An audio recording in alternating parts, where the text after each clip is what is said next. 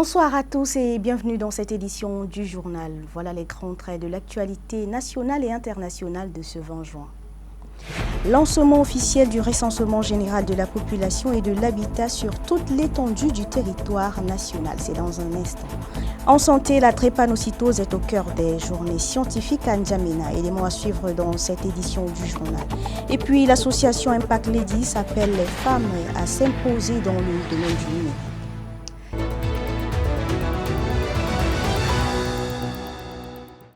C'est tout pour les titres. Bienvenue une fois de plus. Nous vous le disions à l'entame de ce journal. Le Tchad a officiellement lancé ce samedi 20 juin 2026 le dénombrement principal du 3e recensement général de la population et de l'habitat. Cette phase décisive marquée par le recensement des ménages des plus hautes autorités de la République marque le début des opérations sur toute l'étendue du territoire national. Sana Claricia.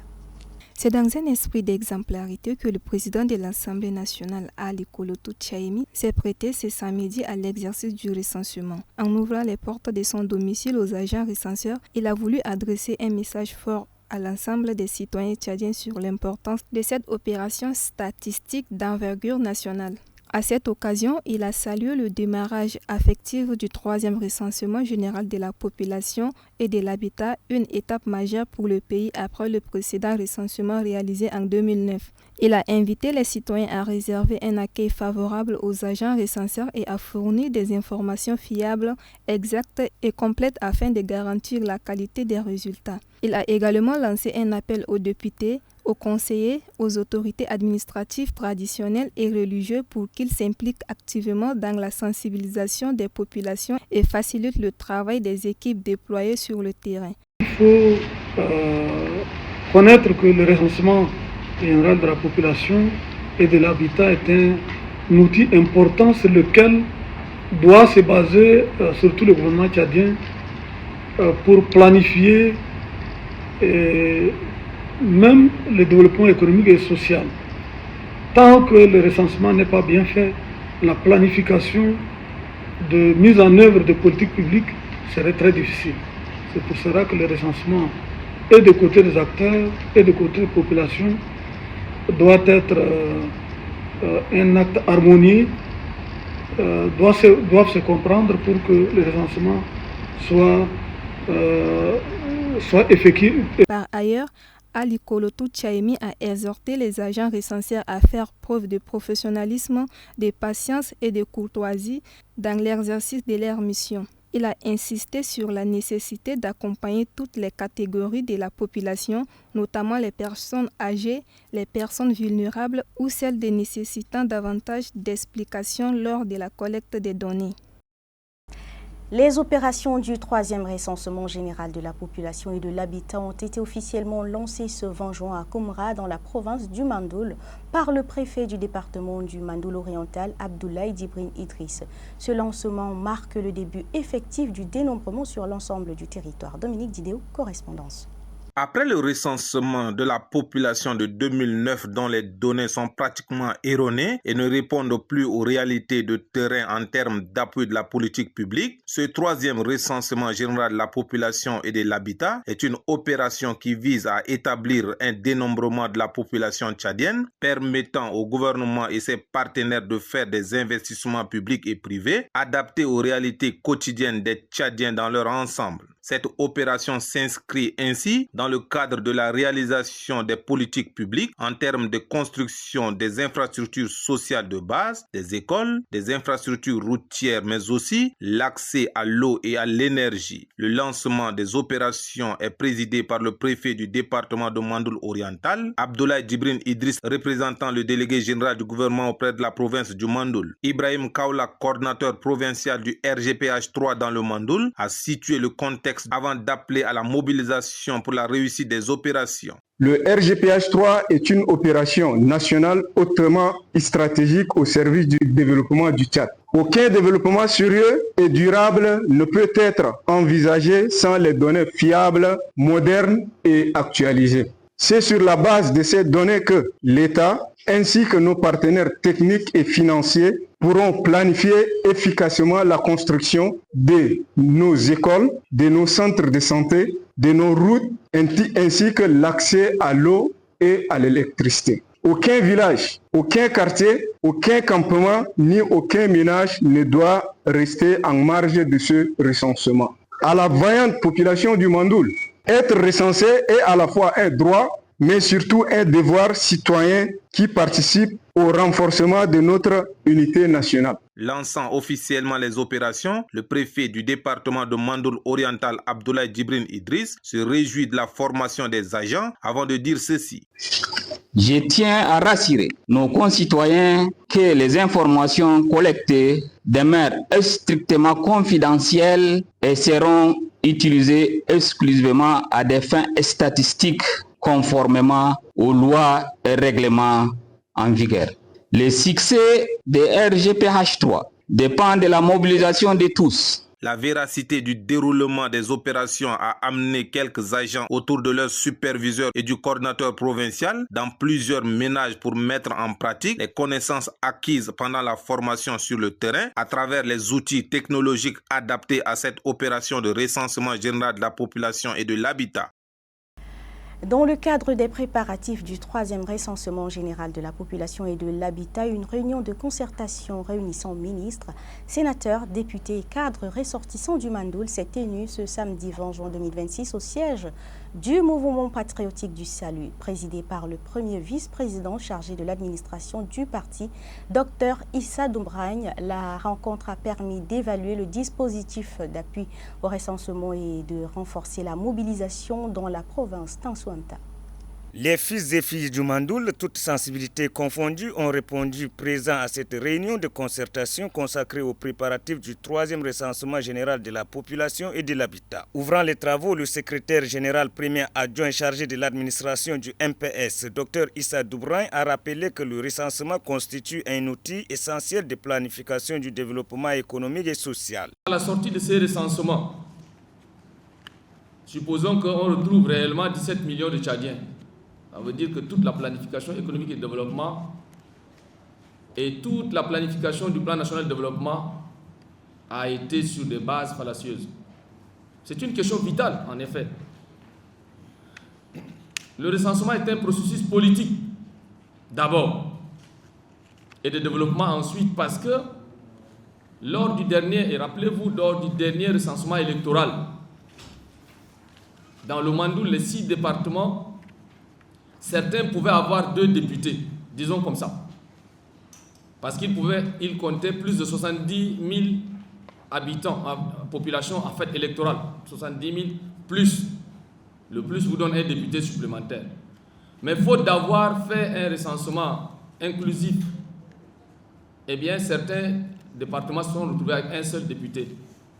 Il en est de même sur la répartition des services économique et de développement sur l'ensemble du territoire. La clé de répartition, c'est la population. Au cours des échanges, les participants ont insisté sur la nécessité d'une forte mobilisation des autorités administratives, traditionnelles, religieuses et communautaires afin de sensibiliser les populations sur l'importance de se faire recenser. Ils ont souligné que la réussite du RGPH3 repose avant tout sur l'adhésion des citoyens et leur collaboration avec les agents recenseurs déployés sur le terrain. Cette réunion a également permis d'identifier les principales contraintes susceptibles d'entraver le processus dans certaines localités de la province. Face à ces défis, de nouvelles stratégies de proximité ont été envisagées pour renforcer la sensibilisation et assurer une meilleure couverture des populations. À l'issue de la rencontre, les participants ont réaffirmé leur engagement à accompagner les opérations de recensement dans le Mandoul afin de contribuer au succès du RGPH3, considéré comme un levier indispensable pour une planification efficace du développement du Tchad. Suite au conflit entre agriculteurs et éleveurs déclenché depuis le 4 juin 2026 dans les sous-préfectures de Koyom et Kim, le président des chefs de canton du Tchad,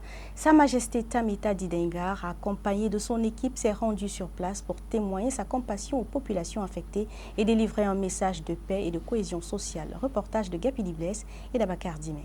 Le conflit intercommunautaire survenu à Sel et Kouroup dans la sous-préfecture de Koyom et Kim, province du Mayo-Kébi-Est, déclenché en début du mois de juin 2026, a connu des affrontements meurtriers suite à la destruction d'un champ. Plusieurs villages ont été touchés par cette crise, provoquant plusieurs interventions des autorités locales et gouvernementales. Aujourd'hui, l'on assiste à une descente de l'autorité traditionnelle. En arrière-plan, le président des chefs des cantons du Tchad et son staff. Première rencontre tenue à Kouroup a permis aux chefs des villages d'applaudir la qualité de cette mission.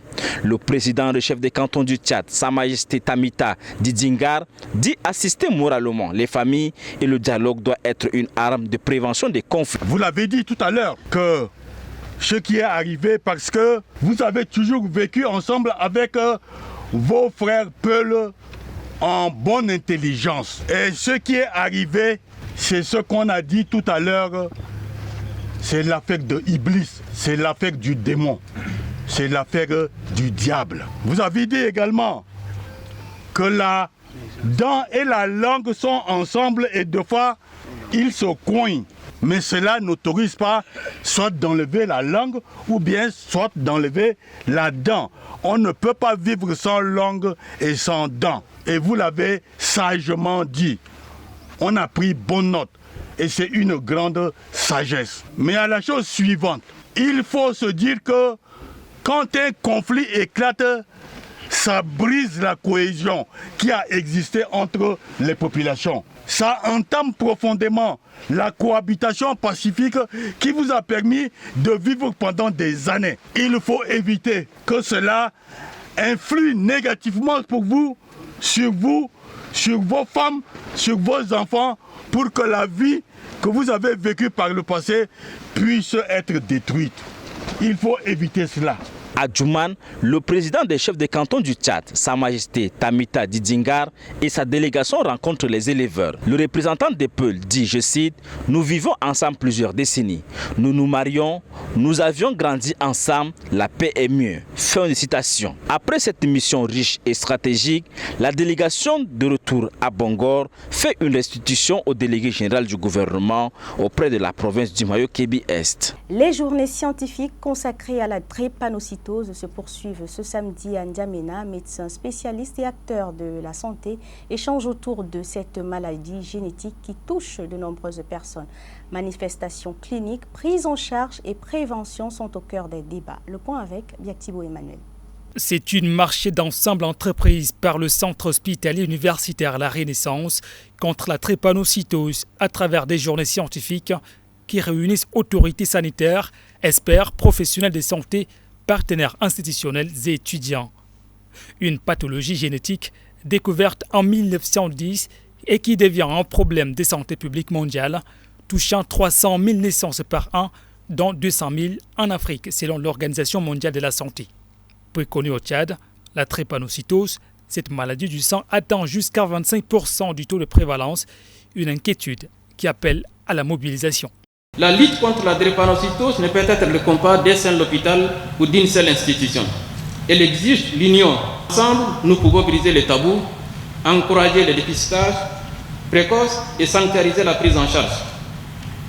Parce que derrière ce combat, il s'agit de préserver des vies et protéger l'avenir des milliers d'enfants dans notre pays. Au Tchad, l'accès aux soins a été limité et est essentiellement concentré à N'Djamena avec une unité de prise en charge dans 6 éléments des hôpitaux. S'il n'y a pas encore de données exactes des études globales, 4000 personnes drépanocytaires sont actuellement suivies. Ils ont besoin d'écoute, d'accompagnement, de considération et surtout d'espoir. Notre responsabilité collective est de construire un environnement où chaque patient peut être diagnostiqué plus tôt, mieux suivi et pris en charge avec dignité et humanité.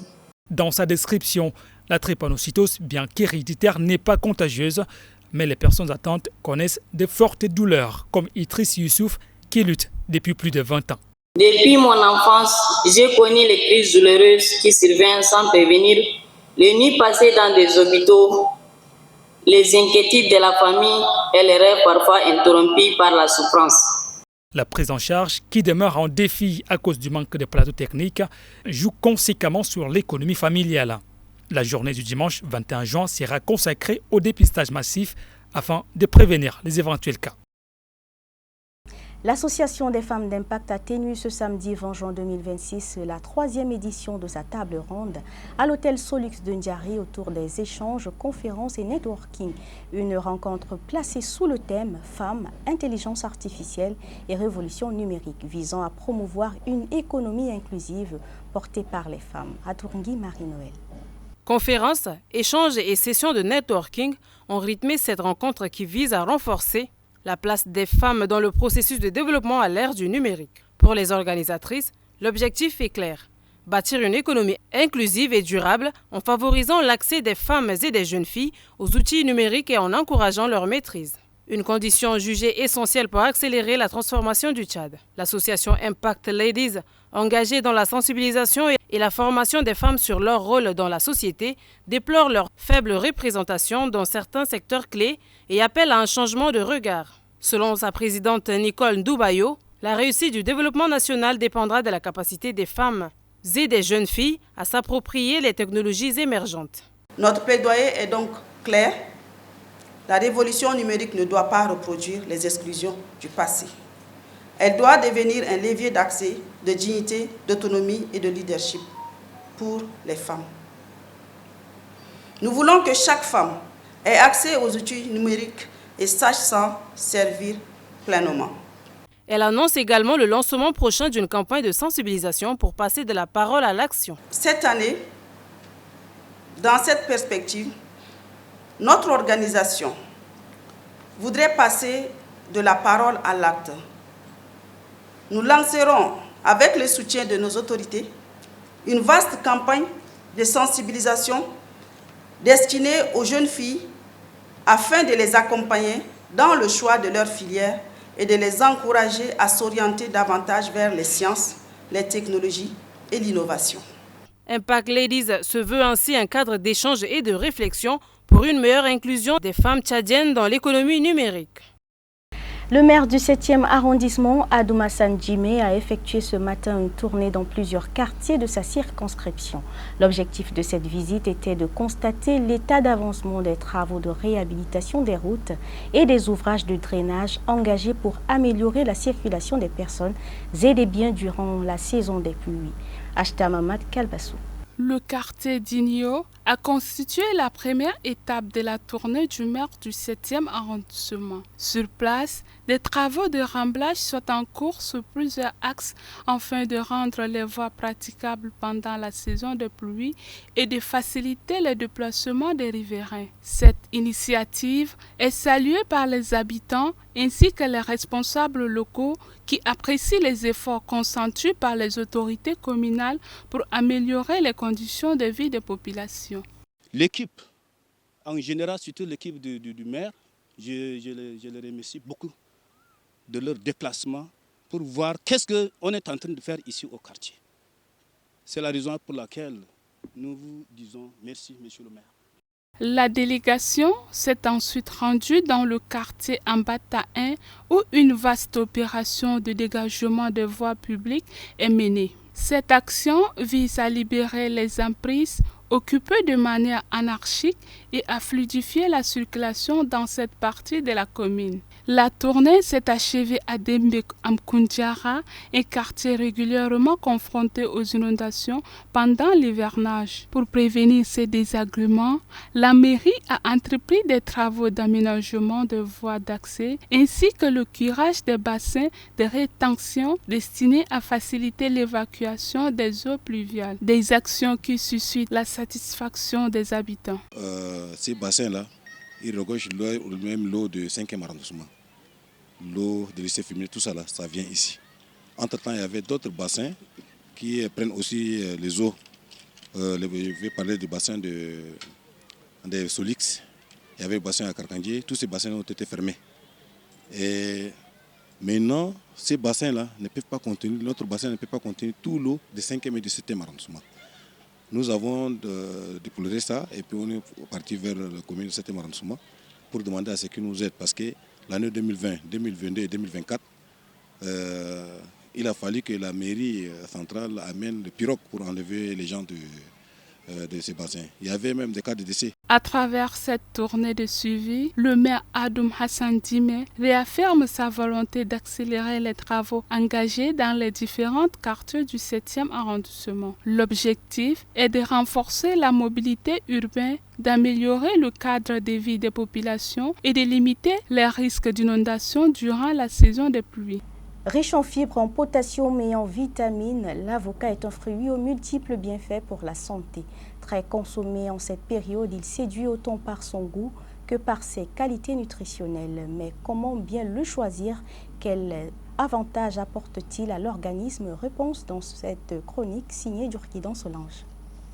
Véritable concentré de nutriments, l'avocat est considéré comme un super aliment aux multiples vertus. Il contribue à la protection du système cardiovasculaire, favorise une bonne digestion et améliore l'absorption de certaines vitamines essentielles à l'organisme. Contrairement à la plupart des fruits, l'avocat se distingue par sa forte teneur en graisses monoinsaturées, des lipides bénéfiques pour la santé. Grâce à sa richesse en fibres alimentaires, il favorise également le transit intestinal, procure une sensation de satiété durable et peut aider à mieux contrôler l'appétit. L'avocat est aussi une excellente source de potassium, un minéral essentiel au bon fonctionnement des muscles, du système nerveux et à la régulation de la pression artérielle. Chez la femme enceinte, il est particulièrement bénéfique. Ces nutriments jouent un rôle clé dans le développement du fœtus, notamment durant les premières semaines de grossesse. L'avocat se consomme principalement cru, en salade, en accompagnement ou sous forme de purée. Toutefois,